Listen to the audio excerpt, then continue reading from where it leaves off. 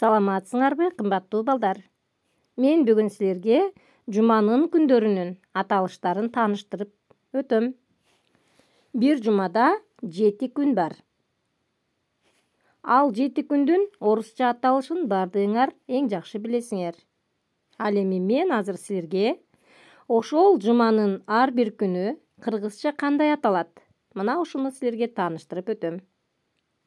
Понедельник – дүйшөмбү, вторник – шейшемби, среда – шаршемби, четверг – бейшемби, пятница – жума, суббота – ишемби, воскресенье – жекшемби.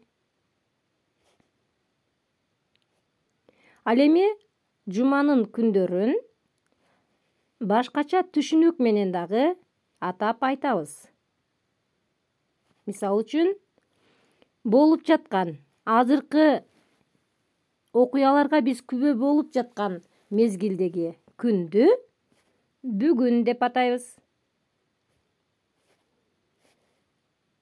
Ал эми өтүп кеткен күндү кечээ деп атайбыз.